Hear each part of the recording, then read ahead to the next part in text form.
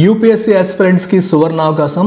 UPSC classes LTX క్లాసెస్లో మీరు offline మరియు ఆన్లైన్ రెండింటిలో కూడా పొందొచ్చు. If you want proper offline classes, మన ఎల్టీఎక్స్ ఐఏఎస్ క్లాసెస్ వైజాగ్లో కొత్త బిల్డింగ్, మన ఓన్ బిల్డింగ్లో స్టార్ట్ అవుతున్నాయి. న్యూ బ్యాచెస్ 1 May 2025 నుండి వస్తున్నాయి. ఇది మీకు జాబ్ వచ్చేంత వరకు మీకు యాక్సెస్ ఉంటుంది.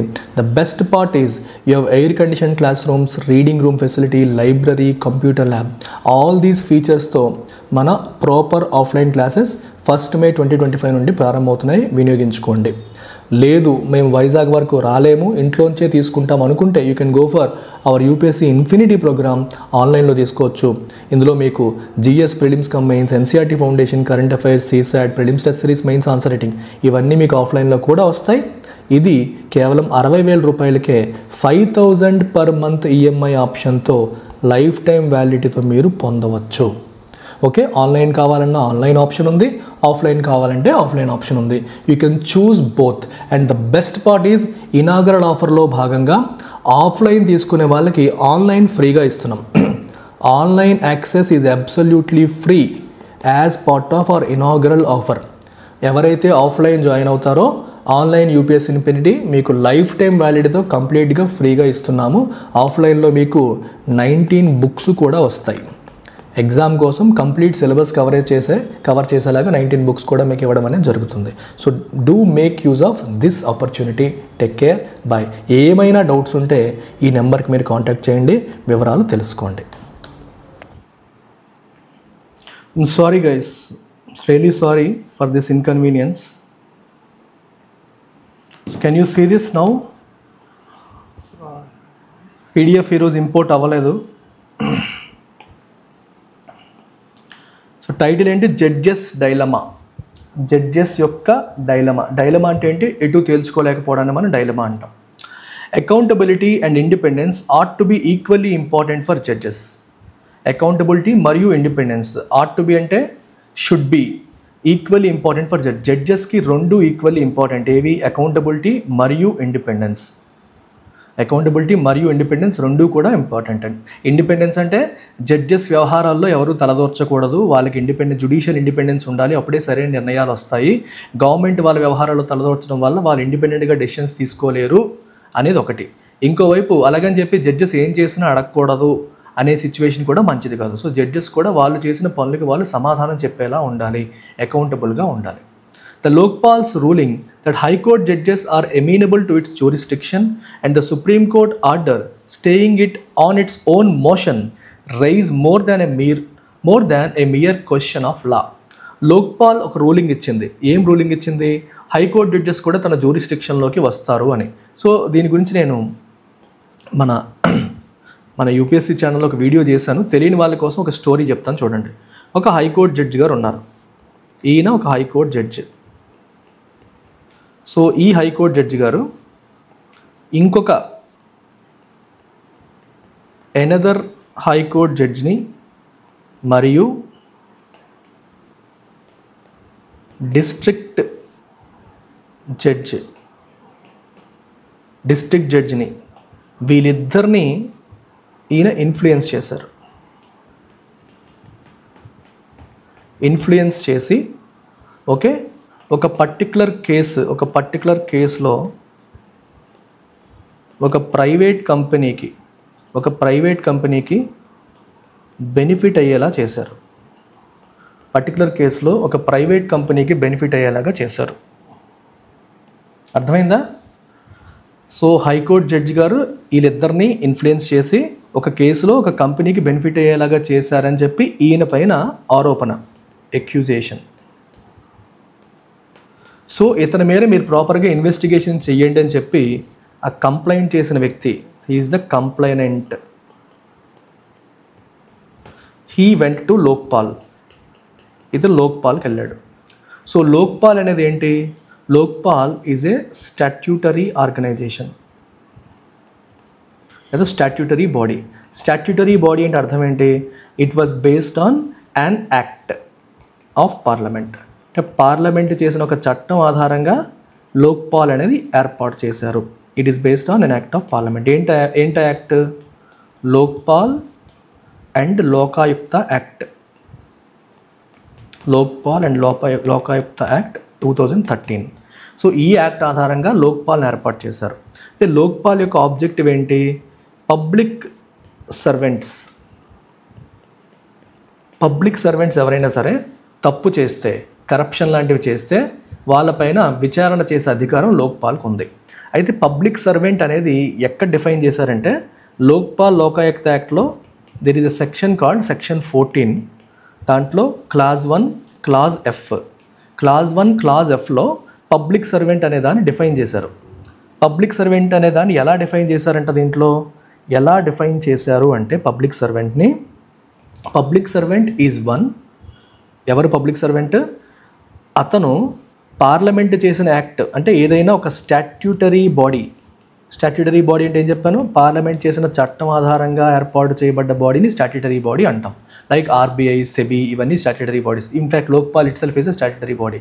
అందులో మెంబర్ కానీ లేదా చైర్పర్సన్ కానీ, ఆ బాడీ చైర్పర్సన్ కానీ మెంబర్ కానీ అయినా, లేదా సెంట్రల్ గవర్నమెంట్ ఫండ్స్తో పార్షియల్ ఫండింగ్ కానీ ఫుల్ ఫండింగ్ కానీ సెంట్రల్ గవర్నమెంట్ యొక్క ఫండ్స్తో నడిచే ఏదైనా ఒక ఆర్గనైజేషన్లో అతను చైర్పర్సన్ కానీ మెంబర్ కానీ అయినా వాళ్ళందరూ పబ్లిక్ సర్వెంట్ అనే డెఫినేషన్లోకి వస్తారు అని ఈ section 14 clause 1 sub clause F అనేది చెప్తుంది లోక్పాల్ యాక్ట్లో. సో ఇప్పుడు సినారియో ఏంటంటే ఈ హైకోర్టు జడ్జి గారిని మీరు ఇన్వెస్టిగేట్ చేయండి అని చెప్పి లోక్పాల్ దగ్గరికి వెళ్తే హైకోర్టు జడ్జిల పైన ఇన్వెస్టిగేషన్ చేసే అధికారం లోక్పాల్కి ఉందా లేదా అనేది ప్రశ్న. సో లోక్పాల్ ఏమనింది? ఈ సెక్షన్లో ఇచ్చిన డెఫినేషన్ ప్రకారం హైకోర్టు జడ్జిలు కూడా మా పరిధిలోకే వస్తారు అని చెప్పింది. ఎందుకని చెప్పిందంటే అసలు హైకోర్టు అనేది ఏదైతే ఉందో హైకోర్ట్స్ అనేవి కాన్స్టిట్యూషన్ వల్ల వచ్చినవి కాదు. కాన్స్టిట్యూషన్ రావడానికి ముందే హైకోర్ట్స్ ఉన్నాయి. అంటే బ్రిటిష్ వాళ్ళ హయాంలోనే, కొలోనియల్ టైమ్స్లోనే అప్పటి చట్టాల ప్రకారం హైకోర్ట్స్ అనేవి ఏర్పాటు చేశారు. కాన్స్టిట్యూషన్ వాటిని రికగ్నైజ్ చేసింది అంతే. కాన్స్టిట్యూషన్ రావడం వల్ల హైకోర్టులు పెట్టారు అనడానికి లేదు. హైకోర్టులు ముందు నుంచి ఉన్నాయి. అంటే హైకోర్టులను కూడా మనం స్టాట్యూటరీ ఆర్గనైజేషన్స్గా తీసుకోవచ్చు, అంటే పార్లమెంట్ చట్టం ద్వారా వచ్చిన వాటిగా తీసుకోవచ్చు. కాబట్టి హైకోర్టులో ఉన్న మెంబర్స్ అందరూ కూడా లోక్పాల్ పరిధిలోకి వస్తారు అనేది లోక్పాల్ యొక్క వాదన. దీన్ని సుప్రీంకోర్టు స్టే ఇచ్చి కేసుని మార్చి 18వ తారీఖుకి పోస్ట్ చేసింది. ఇది బ్యాక్గ్రౌండ్. నిజంగా హైకోర్టు జడ్జిలు లోక్పాల్ పరిధిలోకి వస్తారా రారా అనేది క్వశ్చన్ మార్క్. అసలు ఫస్ట్ థింగ్. రెండవది, పోనీ వచ్చినా రాకపోయినా ఒక హైకోర్టు జడ్జి తప్పు చేస్తే వదిలేయాలా, దాన్ని క్వశ్చన్ చేయకూడదా అనేది నెక్స్ట్ థింగ్. ఇప్పుడు చూడండి, the issue concerns both the independence of the judiciary and its accountability. So issue దేనికి సంబంధించిందమ్మా? It concerns both the independence of the judiciary and its accountability. Independence of judiciary మరియు దాని యొక్క అకౌంటబిలిటీకి సంబంధించిన అంశం ఇది. That the court, government law officers and senior advocates found the Lokpal's decision disturbing is understandable.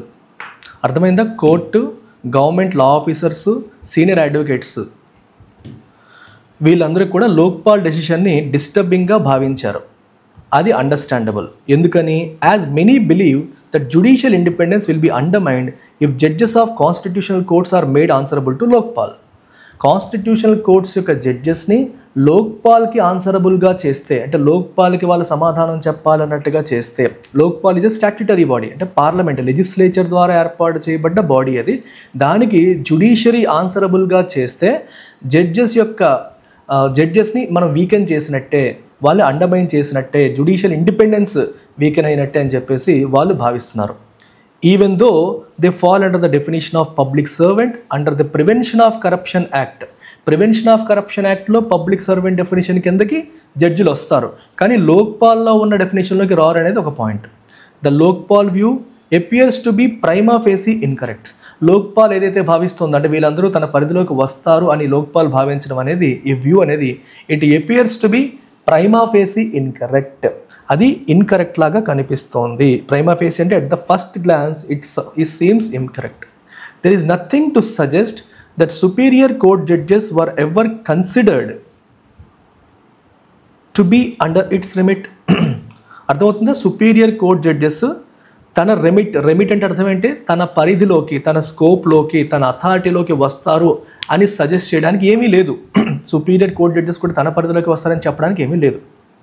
Last month Lokpal headed by former Supreme Court Judge A.M. Khanvilkar rejected a corruption complaint against a former CJI on the ground that Lokpal Act 2013 did not concern apex court judges and that its reference to persons who are members of any body or authority created by an act of parliament cannot be applied to Supreme Court, an institution established by constitution. మీకు చెప్పాను ఇది. జనవరి 27వ తారీఖు high court జడ్జిల గురించి వచ్చినప్పుడు మా పరిధిలోకి వస్తారని చెప్పింది. అదే లోక్పాల్ అంతకుముందు జనవరి 3వ తారీఖు 5వ తారీఖు సుప్రీంకోర్టు ఫార్మర్ సిజేఐ మీద కరప్షన్ ఛార్జెస్ వస్తే అది మా పరిధిలోకి రాదు, సిజేఐ అక్కడ లోక్పాల్లో ఆ పర్సన్ అనే డెఫినేషన్లోకి రారు, పబ్లిక్ సర్వెంట్ లేదా పబ్లిక్ సర్వెంట్ అని అనలేదు, పర్సన్ అన్నారు, సారీ ఇందాక మీకు పబ్లిక్ సర్వెంట్ అని చెప్పాను కదా, పర్సన్ అనే పదం వాడారు. సో పర్సన్ అనే డెఫినేషన్లోకి సిజేఐ రారు. సో సుప్రీంకోర్టు జడ్జిలు ఎవరు రారు, అది కాన్స్టిట్యూషన్ ఎస్టాబ్లిష్ చేసిన ఇన్స్టిట్యూషన్, అది వాళ్ళు మా పరిధిలోకి రారని చెప్పి లోక్పాల్ చెప్పింది. కానీ హైకోర్టు జడ్జెస్ మాత్రం మా పరిధిలోకి వస్తారని అదే లోక్పాల్ చెప్తోంది. However in respect of high court judges it said high courts established by statutes creating the respective states were statutory bodies. హైకోర్ట్స్ని స్టాట్యుటరీ బాడీస్గా మనం చెప్పాలి, ఎందుకంటే అవి స్టేట్స్ ఎస్టాబ్లిష్ చేసిన స్టాట్యూట్స్ ద్వారా వచ్చాయి, అంటే చట్టాల ద్వారా వచ్చాయి. And there judges were persons within the meaning of section 14 of Lokpal యాక్ట్లో పర్సన్ అనే మీనింగ్లోకి జడ్జెస్ వస్తారని చెప్పి సేమ్ లోక్పాల్ అంటోంది. Now the independence of the judiciary was the foremost consideration when the court held in K. Veeraswamy versus Union of India that no case can be registered against them without consulting the CJI, even though it also said judges were public servants under the Prevention of Corruption Act.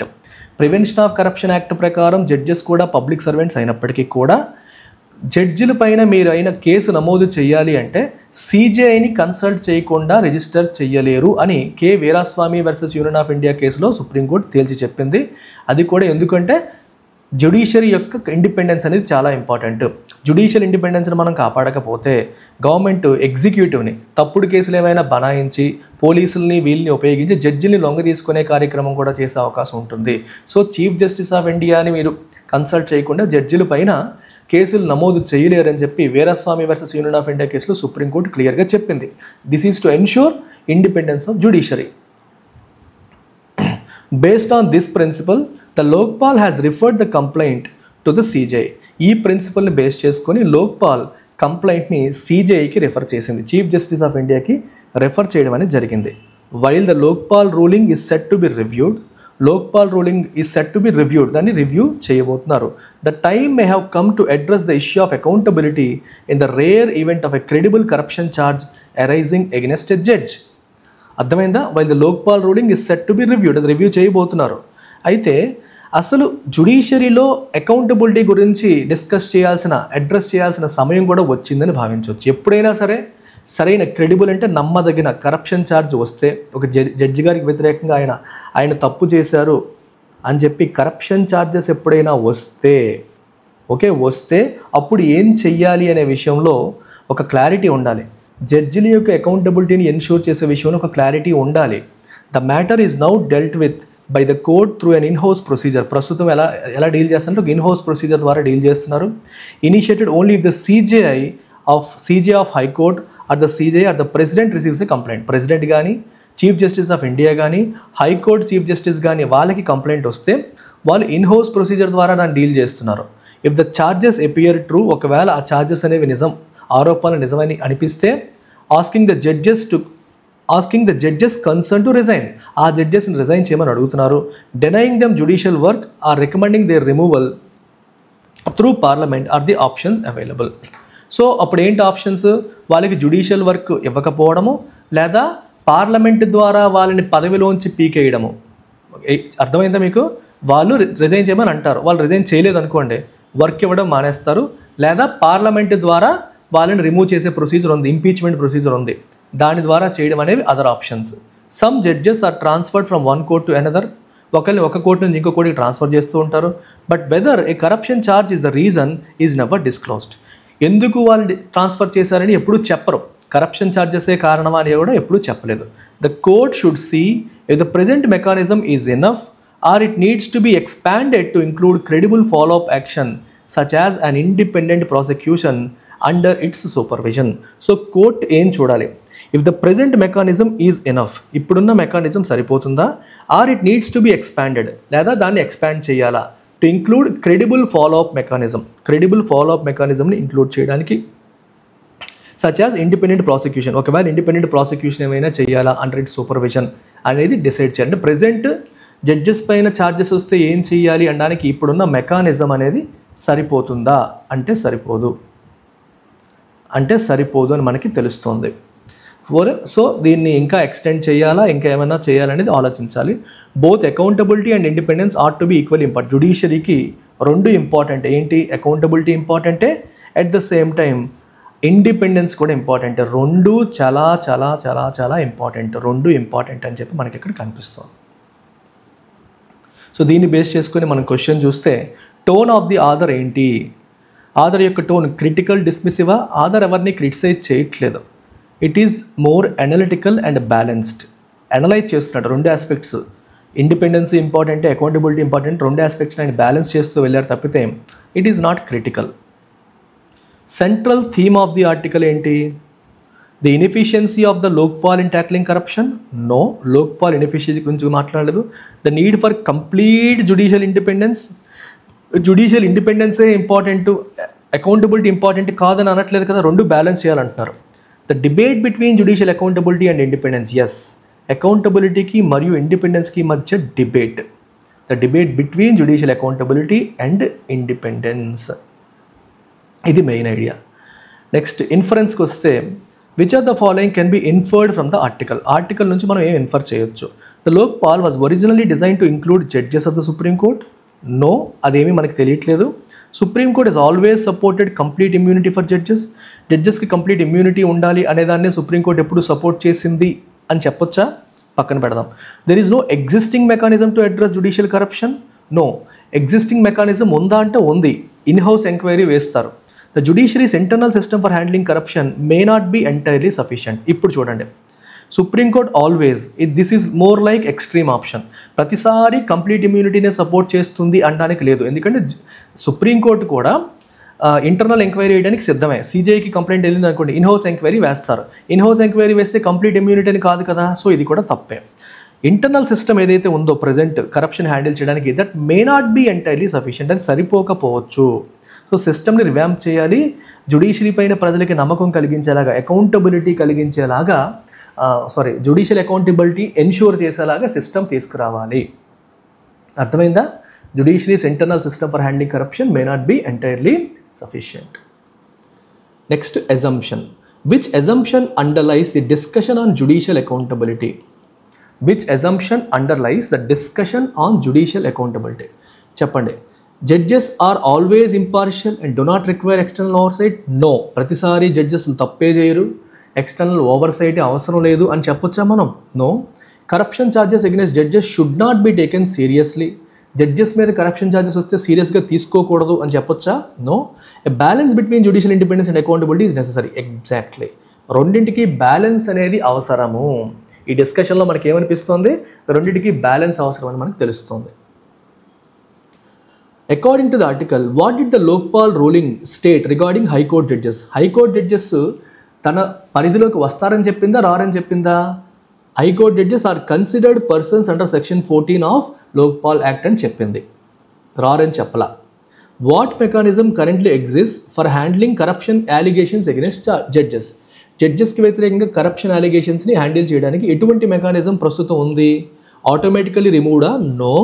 Parliament can remove a judge through impeachment, yes, impeachment ద్వారా వాళ్ళని parliament remove చేయగలుగుతుందా, yes, impeachment ద్వారా చేయగలుగుతుంది, impeachment ద్వారా parliament వాళ్ళని remove చేయగలుగుతుంది, అందులో doubt లేదు.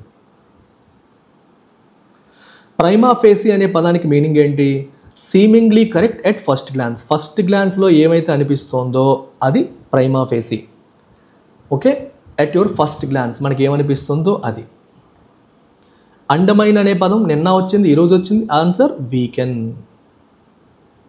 Accountability అంటే మా జవాబుదారీతనం, అంటే the obligation to take responsibility, బాధ్యత తీసుకోవాల్సిన ఆబ్లిగేషన్, మనం ఏం చేసినా చెల్లుతుంది అని కాదు, బాధ్యత తీసుకోవాల్సిన ఆబ్లిగేషన్ని మనం అకౌంటబిలిటీ అంటాం. సో స్కిమ్మింగ్ చేద్దాం, చూద్దాము క్విక్గా. సదరన్ డిస్కంఫర్ట్, డెలిగేటెడ్ ఇదంతా పక్కన పెడదాం, డైరెక్ట్గా ఇందులోకి వచ్చేద్దాం. With less than a week for UGC's deadline to submit feedback on its draft regulations on the appointment of promotion of university teachers and vice chancellors. Okay, యూజీసీకి డెడ్లైన్ ఇచ్చారమ్మా, university grants కమిషన్కి తన ఫీడ్బ్యాక్ సబ్మిట్ చేయాలి. ఏ విషయంలో? On draft regulations. Draft అంటే ఇంకా complete కానివి అని అర్థం. వైస్ ఛాన్సలర్స్, యూనివర్సిటీ టీచర్స్ వాళ్ళ అపాయింట్మెంట్, ప్రమోషన్ విషయంలో కొత్త రెగ్యులేషన్స్ తీసుకొచ్చారు. దానికి సంబంధించి మీరు ఫీడ్బ్యాక్ ఇవ్వమని చెప్పి యూజీసీ డెడ్లైన్ ఇచ్చింది. యూజీసీ డెడ్లైన్ ఇవ్వడం జరిగింది. ఎవరికి? స్టేట్స్కి. So states rules by parties other than BJP వాళ్ళు ఏం చేశారు? వాళ్ళంతా కూడా దీనికి అపోజ్ చేస్తున్నారు. అంటే ఇక్కడ ఏమవుతుందంటే స్టేట్స్ యొక్క అథారిటీని తగ్గించేసి సెంటర్ అథారిటీని పెంచడానికి ప్రయత్నం చేస్తున్నారు. దానికి స్టేట్స్ అపోజ్ చేస్తున్నాయి అన్నమాట. సో తిరువనంతపురం, కేరళ, తమిళనాడు, తెలంగాణ, కర్ణాటక ఈ స్టేట్స్ అన్నీ కూడా ఒక కాన్క్లేవ్ జరిగింది. దాంట్లో ఈ రెగ్యులేషన్స్ని ఛాలెంజ్ చేశారు. వీటి వల్ల మళ్ళీ అండర్మైన్ ఫెడరల్ స్ట్రక్చర్ అనేది వీకెన్ అవుతుంది. స్టేట్ లెజిస్లేచర్ యొక్క పవర్ తగ్గిపోతుంది. స్టేట్ యొక్క యూనివర్సిటీస్ యొక్క అటానమీ కూడా పోతుంది. మీరంతా సెంటర్ చేతిలో పవర్ పెట్టడానికి ట్రై చేస్తున్నారు, స్టేట్స్ని అండర్మైన్ చేస్తున్నారని చెప్పి వీళ్ళ ఉద్దేశం. ఓకే, అండ్ ఇది మొదటిసారి అంటే ఇది రెండవది. ప్రీవియస్ మీటింగ్ బెంగళూరులో జరిగింది. అందులో హిమాచల్ ప్రదేశ్, జార్ఖండ్ కూడా పార్టిసిపేట్ చేశాయి. And expressions of solidarity from Punjab కూడా సపోర్ట్ చేసింది. తమిళనాడు, కేరళలో మెయిన్ అపోజిషన్ పార్టీస్ కూడా రూలింగ్ పార్టీస్ ఏమైతే చెప్తున్నాయో దానికి సపోర్ట్ చేస్తున్నాయి. And some regional parties which are belonging to BJP led NDA అవి కూడా ఈ విషయాన్ని ప్రైవేట్గా వాళ్ళ కన్సర్న్స్ని వ్యక్తపరిచాయి. అంటే స్టేట్స్ యొక్క అథారిటీని పూర్తిగా తగ్గించే కార్యక్రమాలు మంచివి కాదు, అన్నిట్లో సెంటరే రోల్ తీసేసుకుంటుంది, అది మంచిది కాదని ఉద్దేశం. మెయిన్ థింగ్ ఏంటి అంటే enhanced role in the selection and appointment of VCs of state universities. మీకు అర్థం ఏంటంటే ఇక్కడ పాయింట్ ఏంటంటే UGC's proposal to play an enhanced role. Vice chancellors, state universities యొక్క వైస్ ఛాన్సలర్స్ సెలెక్షన్ మరి అపాయింట్మెంట్లో యూనివర్సిటీ గ్రాంట్స్ కమిషన్ ఇంకా పెద్ద రోల్ ప్లే చేయాలనుకుంటోంది. అది ఒక ఒక కీ కన్సర్న్గా మనం చెప్పొచ్చు. కొత్త రెగ్యులేషన్స్ ప్రకారం ఒక సెర్చ్ కమ్ సెలక్షన్ కమిటీ అనేది ఉంటుంది. దాంట్లో ఛాన్సలర్ అంటే ఎవరు? గవర్నర్, ఆయన నామినీస్ ఉంటారు, యూజీసీ చైర్మన్ ఉంటారు, యూనివర్సిటీ సిండికేట్ లేదా సెనేట్ కూడా ఉంటుంది. So state higher education departments అనేవి ఇప్పటివరకు ఉండేవి, వాటిని తీసేశారు కంప్లీట్గా. సో ఛాన్సలర్ ఏం చేస్తారు? వీసీని ఒక 3 నుండి 5 నేమ్స్ ఈ సెర్చ్ కమ్ సెలక్షన్ కమిటీ ఎవరినైతే రికమెండ్ చేస్తుందో అందులో 3 నుండి 5 వాళ్ళు రికమెండ్ చేస్తే దాంట్లోంచి ఛాన్సలర్ అంటే ఎవరు? గవర్నర్ అపాయింట్ చేస్తారు. So UGC chairman Jagadish Kumar ఏమంటున్నారంటే ఈ స్ట్రక్చర్ వల్ల అంబిగ్విటీ ఉండదు, ట్రాన్స్పరెంట్ ప్రాసెస్ వస్తుందని చెప్పి ఆయన అంటున్నారు. కానీ స్టేట్స్ అపోజ్ చేస్తున్నాయి. ఏమని? మీరు పవర్ని సెంట్రలైజ్ చేస్తున్నారు, ఈ సెలక్షన్ ప్రాసెస్లో అసలు స్టేట్ గవర్నమెంట్కి రోల్ లేకుండా అయిపోయింది.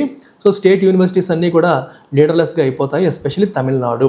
మీరు సెంట్రలైజ్ చేస్తున్నారు పవర్ అంతా, మొత్తం మీ చేతిలోకి తీసుకుంటున్నారు, అది కరెక్ట్ కాదనేది వాళ్ళ యొక్క ఉద్దేశం.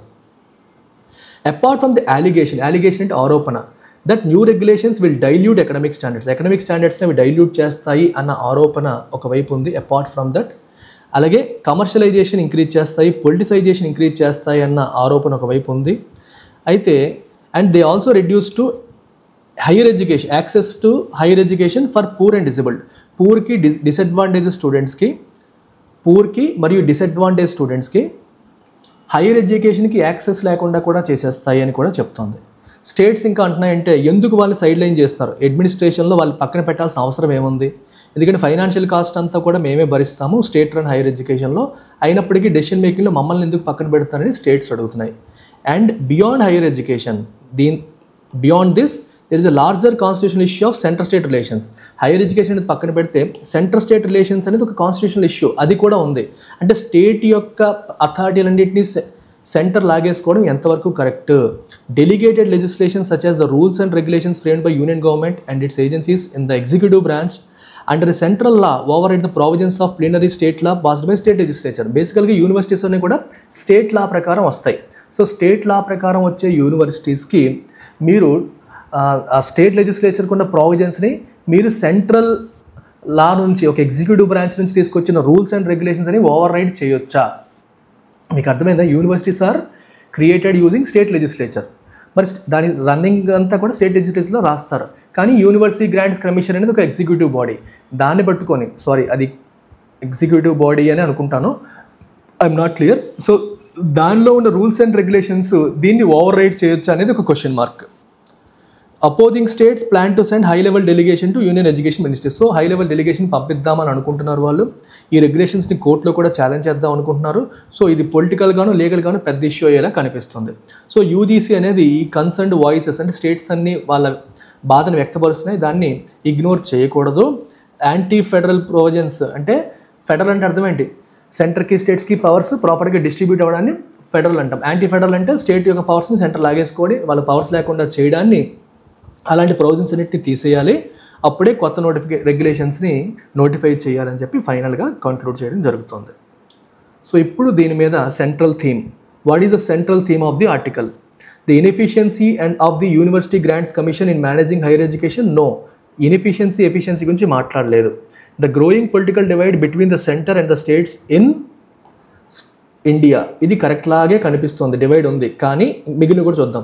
The opposition of multiple state governments to the UGC's new regulation citing federal concern. Absolutely ఇది కరెక్ట్. రెండోది ఓన్లీ పొలిటికల్ ఆస్పెక్టే మాట్లాడుతోంది. పొలిటికల్ మాత్రమే కాదు, ఇక్కడ ఫెడరల్ కన్సర్న్స్ అనేది కీవర్డ్. యూజీసీ గురించి కూడా మాట్లాడలేదు సెకండ్ పాయింట్లో, అది జనరల్గా మాట్లాడేసింది. సో కాబట్టి థర్డ్ది correct. Multiple state governments UGC new రెగ్యులేషన్స్ని అపోజ్ చేస్తున్నాయి సైటింగ్ ఫెడరల్ కన్సర్న్స్, అది మనకి మెయిన్ ఆన్సర్.